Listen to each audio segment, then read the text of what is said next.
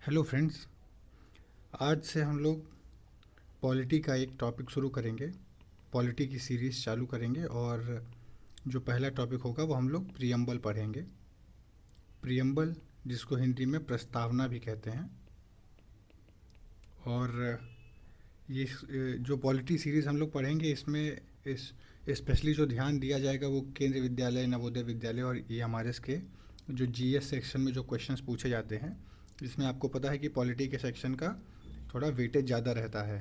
ठीक है, तो इसको हम लोग पहले कवर करेंगे और क्वेश्चन का लेवल होगा वो अच्छा होगा। ठीक है, पढ़ाई के साथ साथ इसमें लेवल इसको अच्छे तरीके से इसलिए कवर किया जाएगा कि अगर मान लीजिए आप कोई और भी एग्ज़ाम देना हो तो आपका समय ख़राब ना हो, आपकी पढ़ाई अच्छे से चलती रहे, है ना। तो इसका मतलब यही होगा कि आप अच्छे से तैयार रहें हर एक एग्ज़ाम के लिए। तो चलिए शुरू करते हैं। आपने प्रियम्बल देखा ही होगा। ये होता है प्रियम्बल, जिसमें ये सारी चीज़ें लिखी होती हैं, पढ़ी होंगी आपने। We the people of India having solemnly resolved to constitute India into a sovereign, socialist, secular, democratic republic, and to secure to all its citizens justice, social, economic, and political liberty of thought, expression, belief, faith, and worship। ठीक है, और equality, equality of status and of opportunity, and to promote among them all. अभी हम इसको explain करेंगे हर एक चीज़ को। ठीक है, अभी आप बस देखते जाइए। Fraternity, assuring the dignity of the individual and the unity and integrity of the nation. In our Constituent Assembly, this 26th day of November 1949, 26th day of November 1949, do hereby adopt, enact, and give to ourselves this Constitution। ठीक, इतनी बात हो गई। अब देखिए इसमें से question क्या क्या पूछा जाता है। हम आपको पहले आइडिया दे दें क्वेश्चन क्या पूछा जाएगा कि ये जो sovereign, socialist, secular, democratic Republic है, इसका ऑर्डर क्या है। आपसे जो एमसीक्यूज पूछे जाएंगे इनमें इनका ऑर्डर अलग कर दिया जाएगा। सॉवरेन को अलग से मतलब मिसमैच कर देंगे और बोल देंगे आपसे कि आप इनको ऑर्डर में लगाओ। तो आप ऑर्डर में कैसे लगाओगे सॉवरेन, फिर सोशलिस्ट, फिर सेकुलर, फिर डेमोक्रेटिक, फिर रिपब्लिक। तो पहला चीज़ तो ये हो गया कि आपको ऑर्डर लगाने को दे दिया जाएगा।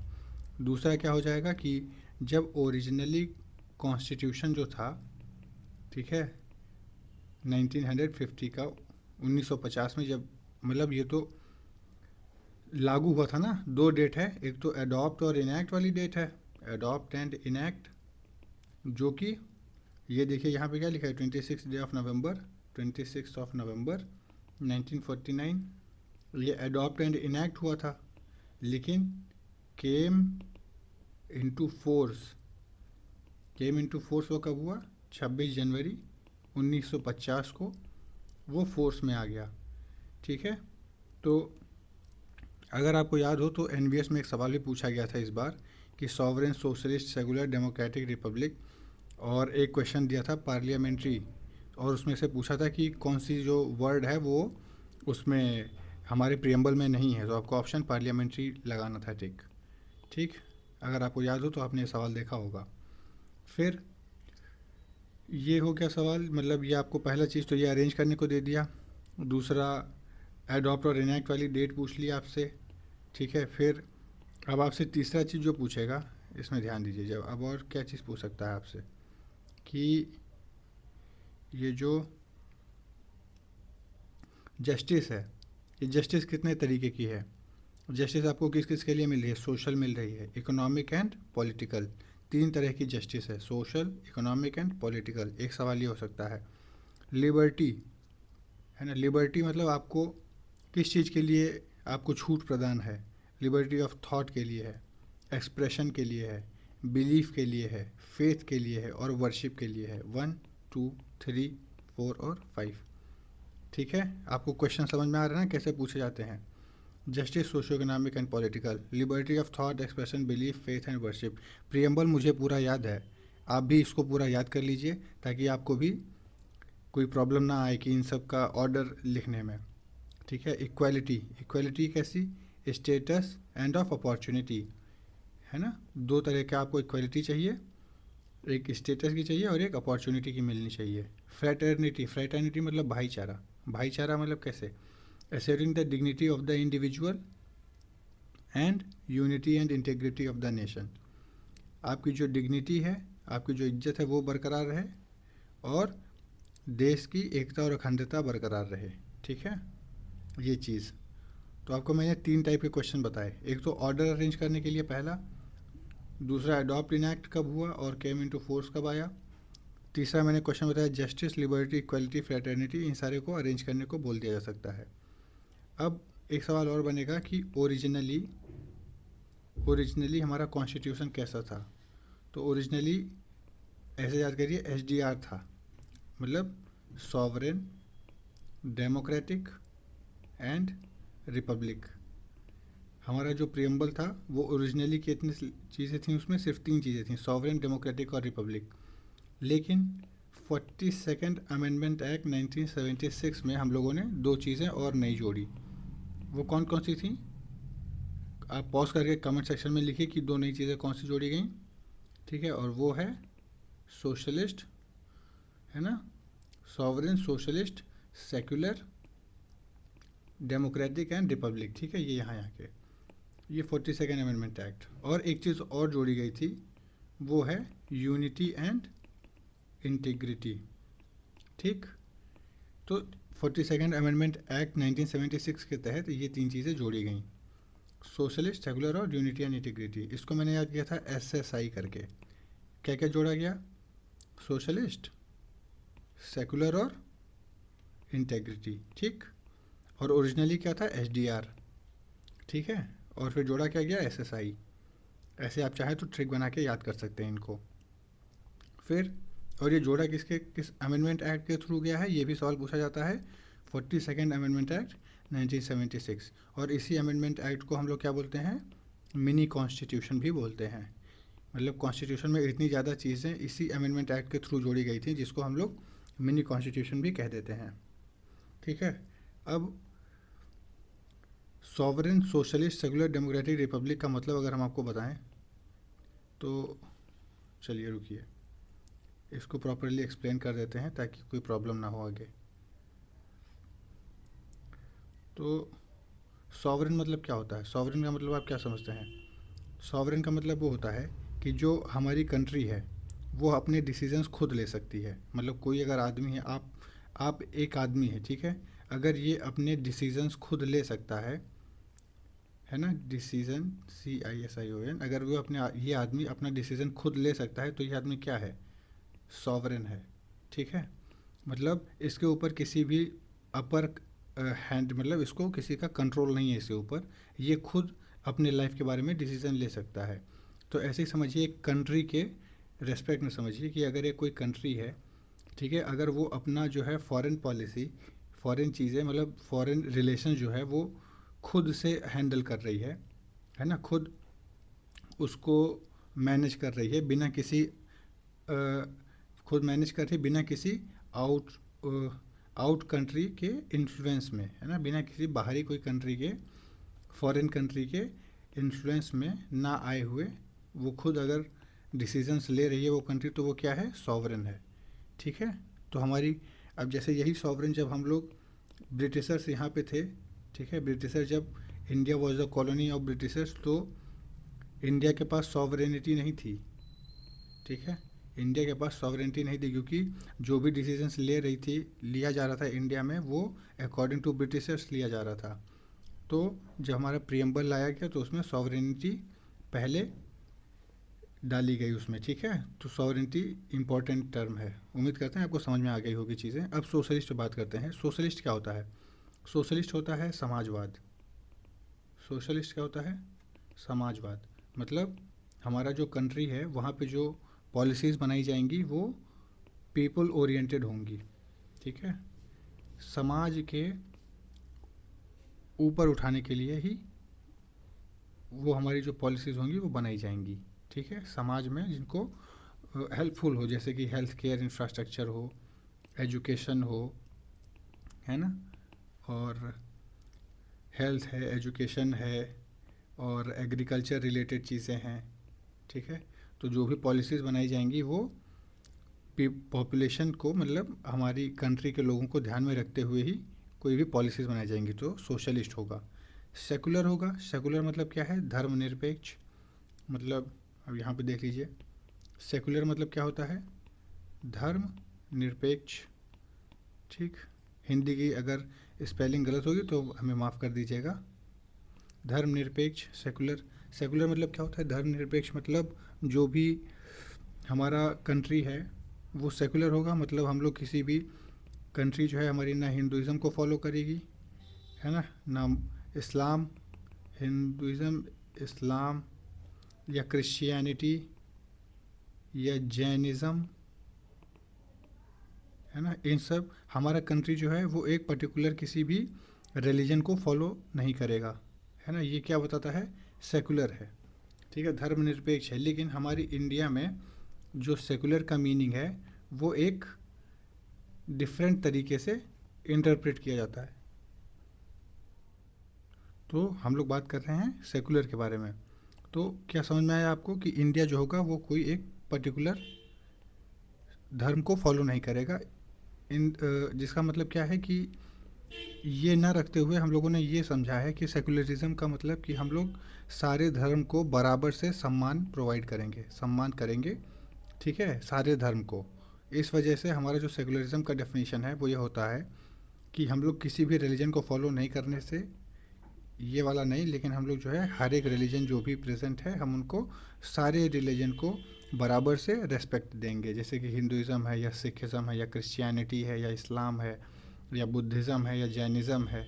ठीक है, तो इन सारे जो है रिलीजन को हम लोग प्रॉपर जो है रेस्पेक्ट प्रोवाइड करेंगे। तो ये हमारा सेकुलर का डेफिनेशन हो गया।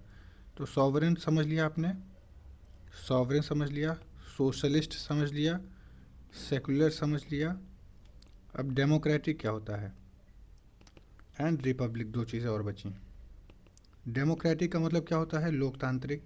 ठीक है, तो हमारे यहाँ जो भी जो कंट्री है वो कैसी है? डेमोक्रेटिक है। इसका मतलब क्या है कि जो भी हमारे इलेक्टेड रिप्रेजेंटेटिव्स हैं, इलेक्टेड रिप्रेजेंटेटिव्स हैं, मतलब जो इलेक्ट होके आए हैं, ठीक है, जिनको जो हमारे लिए लॉज फ्रेम करेंगे, ठीक है, वो क्या हैं?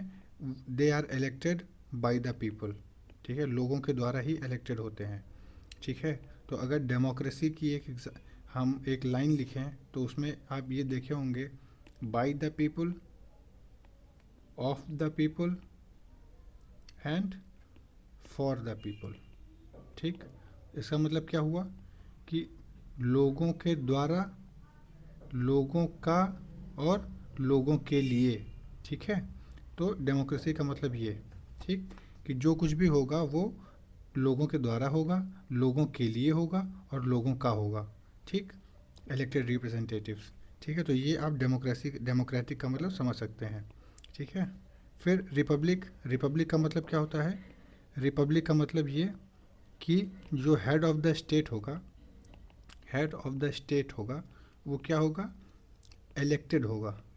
अब इसका मतलब क्या होगा? Head of the state, head of the state मतलब जैसे जो हमारे प्रेसिडेंट हैं, ठीक है, ये कैसे होंगे? ये हमारे क्या होंगे?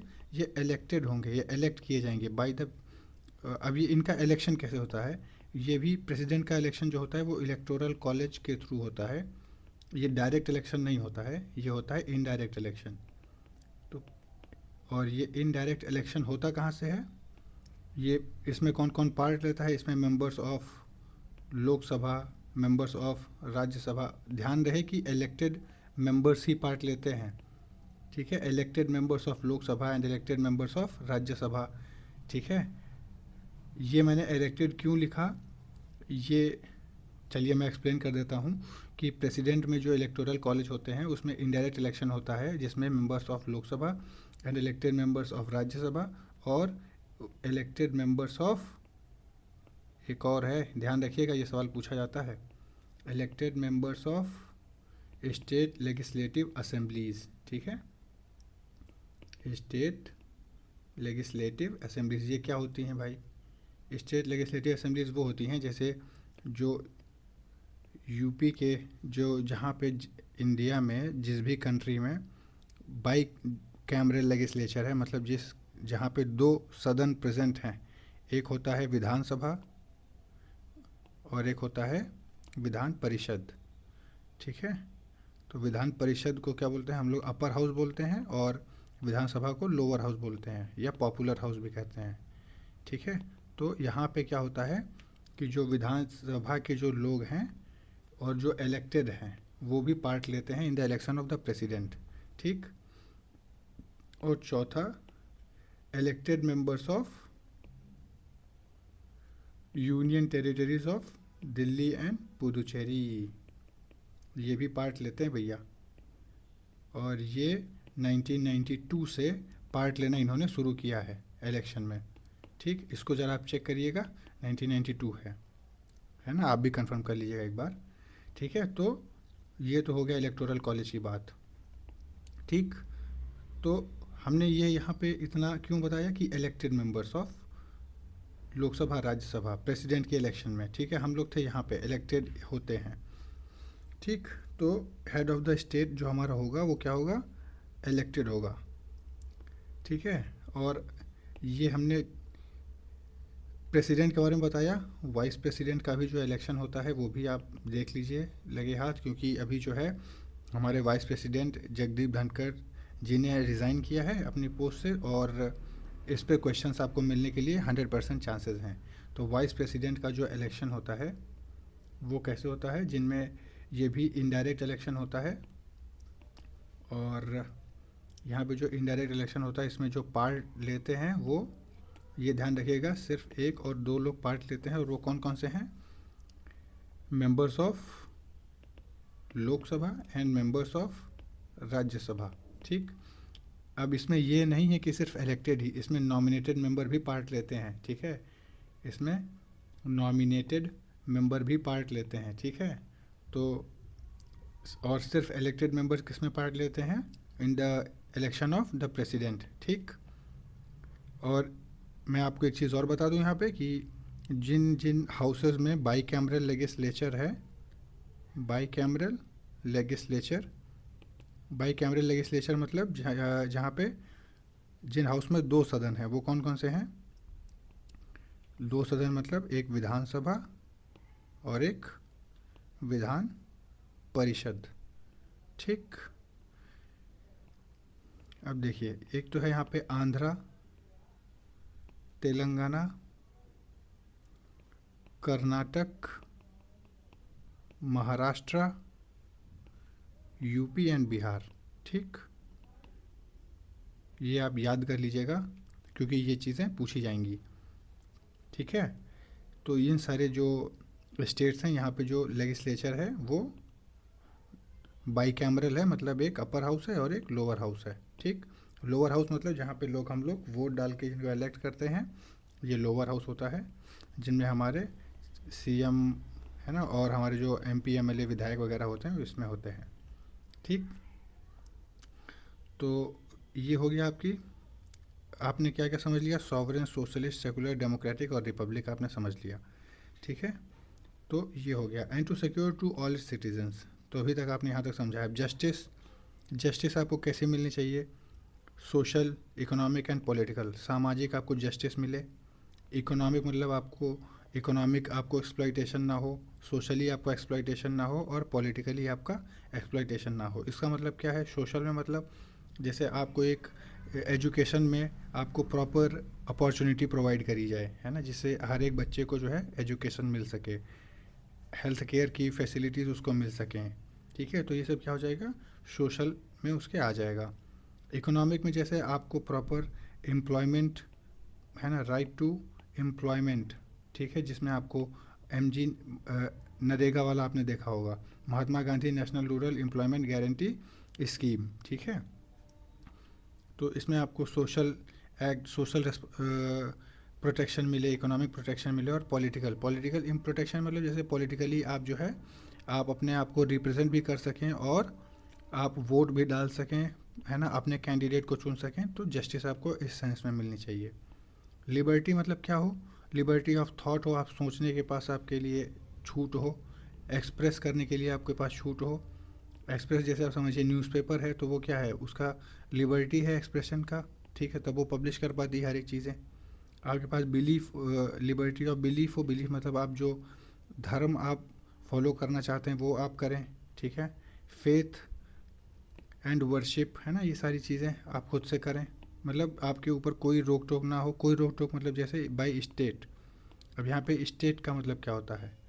स्टेट का मतलब आप ये मत समझिए यूपी बिहार उड़ीसा।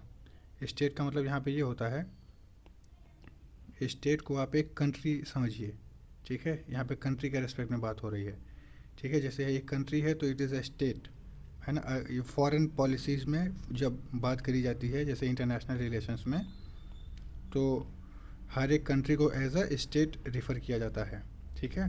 तो आपके पास जैसे मान लीजिए यूएस है, यूके है, रशिया है, तो आप लोग न्यूज़ में देखेंगे तो the state of US and the state of UK can not impose any sanctions on India, ऐसा लिखा रहता है ये सारी चीज़ें। या इम्पोज, अभी डोनाल्ड ट्रंप ने 50% टैक्स टैरिफ लगा दिया है इंडिया पे, तो आप स्टेट शब्द का यूज़ होते हुए न्यूज़पेपर में देखेंगे, ठीक है। तो ये होता है स्टेट का मतलब। तो आपकी जो राइट्स हैं वो हैम्पर ना हो बाय द स्टेट, ठीक है। ये हो गया। लिबर्टी किस लिए चाहिए? लिबर्टी आपने देखा। अब इक्वालिटी आपको किस चीज़ के लिए मिलनी चाहिए? Equality of status and opportunity, है ना। स्टेटस की इक्वालिटी मिले आपको, अपॉर्चुनिटी मिले, ठीक है। अपॉर्चुनिटी मतलब आपको ऐसा ना हो कि आप किसी भी चीज़ के लिए डिप्राइव्ड रह गए, आपके पास कोई अपॉर्चुनिटी नहीं मिली, ठीक है, कि आप भी अगर एग्ज़ाम देते तो आप भी सेलेक्ट होते, है ना। तो ये वाला कंडीशन नहीं है, आपको बराबर इक्वालिटी, है ना, प्रोवाइड की जा रही है, की जाएगी, है ना। मतलब ये हमारे प्रियम्बल में लिखा हुआ है। और ये जो है प्रियम्बल, अरे हाँ, एक सवाल और आप हमको याद है यहाँ से कि प्रियम्बल जो है वो जस्टिसएबल नहीं है ना, जस्टिसएबल नहीं है, ठीक है। मतलब आप इस प्रियम्बल को लेके आप कोर्ट में नहीं जा सकते कि, है ना, हमारे प्रियम्बल में ये लिखा है और हमको जो है ये वाली राइट चाहिए, ठीक है। तो प्रियम्बल जो है जस्टिसएबल नहीं है। तो एक सवाल और, क्या प्रियम्बल जो है वो पार्ट ऑफ द कॉन्स्टिट्यूशन है? क्या वो कॉन्स्टिट्यूशन का पार्ट है या नहीं है, ठीक है। तो प्रियम्बल, इसके लिए 3 केसेस हुए। बेरूबरी केस हुआ, बेरूबरी केस, और भी 2 केसेस हुए जिसमें पहले तो डिसाइड हुआ कि प्रियम्बल पार्ट नहीं है, फिर दोबारा डिसाइड हुआ कि preamble is a part of the constitution, ठीक है। तो अभी का स्टेटस क्या है कि preamble is a part of the constitution, ठीक। तो जस्टिस, लिबर्टी देख लिया आपने, इक्वालिटी देख लिया। फ्रेटर्निटी, फ्रेटर्निटी मतलब assuring the dignity of the individual, आपकी जो है इज्जत और आपकी जो रेस्पेक्ट है सोसाइटी में वो बनी रहे। और unity and integrity of the nation, ठीक है। आपका जो है unity and integrity of the nation, Bharat की जो है यूनिटी, एकता और अखंडता बनी रहे, ठीक है। तो आपने प्रियम्बल पूरा समझ लिया, ठीक है, यहाँ तक। और in our constituent assembly this 26 day of November 1949, 26 नवंबर 1949 को क्या देख रहे हैं आप कि we do hereby adopt, enact and give to ourselves this constitution, ठीक है। तो हम लोग 26 नवंबर 1949 को क्या कर रहे हैं? ये सवाल आपको देखने को मिलेगा, अडॉप्ट और इनैक्ट कर रहे हैं, ठीक। ये बात ध्यान रखिएगा, अडॉप्ट एंड इनैक्ट कर रहे हैं हम लोग। लेकिन अभी ये इन्फोर्स कब करेंगे? मतलब व्हेन विद द प्रियम्बल, मतलब ये हमारा कॉन्स्टिट्यूशन फोर्स में कब आएगा? कॉन्स्टिट्यूशन फोर्स में आया है 26 जनवरी 1950 को, ठीक। ये ध्यान रखिएगा। तो आपने प्रियम्बल जो है समझ लिया है, ठीक। और ये जो इसका प्रियम्बल का सोर्स है, सोर्स ऑफ द प्रियम्बल, ये क्या है? ये जो आपने पहला शब्द वी देखा है, वी, वी कौन है यहाँ पे? पीपल ऑफ इंडिया, ठीक है। इस बात का ध्यान रखिएगा कि जो प्रियम्बल का सोर्स है वो we the people of India, हम लोग, हम भारत के लोग, है ना, हम सोर्स हैं, ठीक है। तो उम्मीद करते हैं कि आपको प्रियम्बल जो है अच्छे से समझ में आ गया होगा। अब चलिए कुछ क्वेश्चंस देख लेते हैं। अब देखिए प्रियम्बल के बारे में क्वेश्चंस आपको हम दिखाते हैं अच्छे है। चले, ये क्वेश्चंस जो एक्स वाला ये आप देख रहे हैं, ये आईएएस से पूछा हुआ क्वेश्चन था। और ये क्वेश्चन मैंने अपने यूट्यूब के कम्युनिटी पोस्ट में डाला था और बढ़िया लगा कि सारे लोगों ने अच्छा आंसर किया, ठीक है। आप भी एक बार उसको चेक करिएगा कि ये जो कौन सी डेट को थी जो हमने अडॉप्ट और इनैक्ट किया था। तो अभी हमने देखा कि कौन सा डेट था वो, 26 डे ऑफ नवंबर 1949, ठीक। यहाँ पे लिखा हुआ है, देखिए कौन सा डे, 26 डे ऑफ नवंबर 1949। और यहाँ पे देखिए, यहाँ पे भी वही हमको डेट चाहिए, 26 डे ऑफ नवंबर 1949, बी वाला ऑप्शन, ठीक। चलिए आगे, what was the exact constitutional status of the Indian on 26 जनवरी 1950 को कॉन्स्टिट्यूशनल स्टेटस हमारा क्या था? अब आप बताइए। सॉवरेन डेमोक्रेटिक रिपब्लिक, ठीक है, क्योंकि सॉवरेन डेमोक्रेटिक रिपब्लिक हमारा स्टेटस उस समय था क्योंकि जो है, अगर हम 1949 की बात करें, 26 नवंबर 1949, तो हमारा जो प्रियम्बल था उसमें सिर्फ 3 चीज़ें थी। कौन कौन सी थी? सॉवरेन, डेमोक्रेटिक, आप याद करेंगे तो आपको शुरू में मैंने बताया, सॉवरेन, डेमोक्रेटिक और रिपब्लिक, ठीक। और जब ये हमारा यही जब है फोर्स में आया 26 जनवरी 1950 को, तो सॉवरेन डेमोक्रेटिक रिपब्लिक ही था, ठीक। चलिए एक क्वेश्चन आप ये देखिए, what was the exact constitutional status of India on 26 January? वही सवाल, sovereign democratic republic. The world secular socialist were added to the preamble of the Indian constitution by, अब आप आंसर दे सकते हैं, 42nd amendment act. By which name या names in our country mentioned the constitution? कौन से name से mentioned है? भारत एंड इंडिया, ठीक है। In the context of preamble of the Indian constitution which of the following sequence, देखो अब मैंने सीक्वेंस के बारे में बात किया, ठीक है, आपको वो मत देखिएगा सीक्वेंस, अब हमें इसमें ऑप्शन में, अब आप सीक्वेंस याद कर लिए हैं, अब सीक्वेंस बताएं क्या है? Sovereign, socialist, secular, democratic and republic, ठीक है। ये मैंने बोला था ना, sovereign, socialist, secular, democratic, Republic. और ओरिजिनली में क्या था? एसडीआर बताया था, और 42nd अमेंडमेंट क्या, 42nd अमेंडमेंट एक्ट 1976 में क्या जोड़ा गया? एसएसआई, सोशलिस्ट, सेकुलर और इंटेग्रिटी, ठीक है। इस तरह से याद कर लीजिए, कोई दिक्कत नहीं आएगी। जस्टिस कौन कौन सा? Socio economic and political. Liberty किसकी? Liberty of thought, expression, belief, faith and worship, ठीक है। इक्वालिटी किसका? Equality of status and of opportunity, ठीक है। और क्या है? Fraternity, assuring the dignity of the individual and unity and integrity of the nation। फिर on this day of 26th day of November 1949 we do hereby adopt, enact and give ourselves this constitution on, ठीक है। और याद कर लीजिएगा, ऐसे ही याद कर लीजिए एकदम, आपको ये सारे सवाल जो हैं दिखेंगे, बढ़िया से हो जाएंगे, कोई दिक्कत नहीं आएगी। विच of the following words is not mentioned in the preamble of the constitution? अब आप बताइए कौन कौन सा नहीं है? सॉवरेन है, सोशलिस्ट है, सॉवरेन, डेमोक्रेटिक, सेकुलर, आपने देखा, फेडरल नहीं है, टिक मारिए सीधा, क्या दिक्कत है, ठीक है। अब आप ये पढ़ सकते हैं फिर से, प्रियम्बल अगर पढ़ना चाहें तो। फिर in which form of the India declare the preamble of the Indian constitution, ठीक है। कैसा है हमारा constitution? Sovereign, socialist, secular, democratic, republic, ठीक। यही चीज़ें आपको बार बार दिख रही हैं। अब देखिए, consider the following words, sovereign, democratic, sovereign, socialist, democratic, sovereign, secular. अब सीक्वेंस में लगाना है, आप लगा सकते हैं, ठीक है ना। Sovereign, socialist, secular, democratic and republic, ठीक, ऐसे लगाइए। Which of the following words have been added to the preamble by 42nd amendment? कौन कौन सा बताया मैंने? ओरिजिनल कौन सा था? एसडीआर था। अभी कौन कौन सा है जोड़ा गया? एसएसआई, सोशलिस्ट, सेकुलर और इंटेग्रिटी, सोशलिस्ट, सेकुलर और इंटेग्रिटी। तो इंटेग्रिटी नहीं है, 1 और 3 ऑप्शन में है, देखिए बी, 1 एंड 3, टिक मारिए, आगे बढ़िए, ठीक है। ऐसे याद करिए ताकि एग्ज़ाम में ज़रा सा भी टाइम ना लगे सोचने में, सब काम बनता जाए आपका तुरंत तुरंत। Which of the following describes India as a secular state? Secular कौन है, कौन सा बताता है भाई? बी, हमारा प्रियम्बल बताता है कि हमारे जो है, जो स्टेट है, ठीक है। देखिए स्टेट का यूज़ हुआ सब, तभी आप समझ गए होंगे कि स्टेट हम लोगों ने अभी एक, अगर कोई कंट्री हो उसको किस टर्म में यूज़ करते हैं, उसको स्टेट के टर्म में यूज़ करते हैं। Which one of the following describes India as a secular state? कौन सा है? प्रियम्बल बताता है, क्योंकि सॉवरेन, सोशलिस्ट, सेकुलर, ठीक है, डेमोक्रेटिक और republic. The preamble of the constitution contains word secular which was added in the preamble by 42nd amendment act 1976, ठीक है। एसएसआई है ना, याद करिए, एसएसआई मतलब 42nd अमेंडमेंट, सोशलिस्ट, सेकुलर और integrity. Thus it declares India as a secular state. फिर which one of the following words was not included in the preamble of the Indian constitution in 1975? कौन कौन सा है? 1975 में कहाँ यार? The word integrity was not in the constitution at the time of its commencement, it was added in 1976, ठीक है। तो इंटेग्रिटी जो है 75 में कहाँ, 1976 में बात हुई है उसकी। Consider the following statements in regards to the preamble, ठीक है। प्रियम्बल के बारे में कुछ आप नया सवाल बताएं, क्या है? The objective resolution bye Jawaharlal Nehru finally became the preamble, हाँ। और इट इज़ नॉन जस्टिसेबल, हाँ जस्टिसेबल के बारे में हम लोगों ने देखा कि इसको लेके आप कोर्ट में नहीं जा सकते हैं, तो इट इज़ नॉन जस्टिसेबल, ठीक है। फिर इट कांट बी अमेंडेड, गलत, क्योंकि इसको अमेंड तो किया गया है, क्योंकि 42nd अमेंडमेंट एक्ट 1976 इसी का उदाहरण है, क्योंकि अमेंड किया गया तभी तो उसमें 3 चीज़ें जोड़ी गई।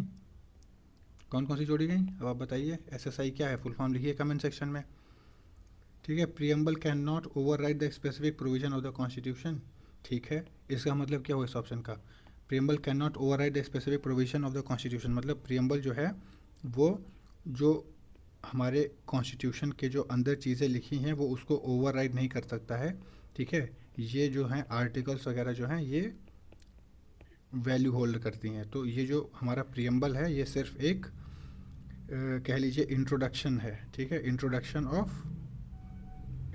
ऑफ द कॉन्स्टिट्यूशन, ठीक है। तो सिर्फ इसी पे डिपेंड होके जजमेंट नहीं मिलता है, ठीक है, जो भी इसकी वैल्यू ज़्यादा है, ठीक है।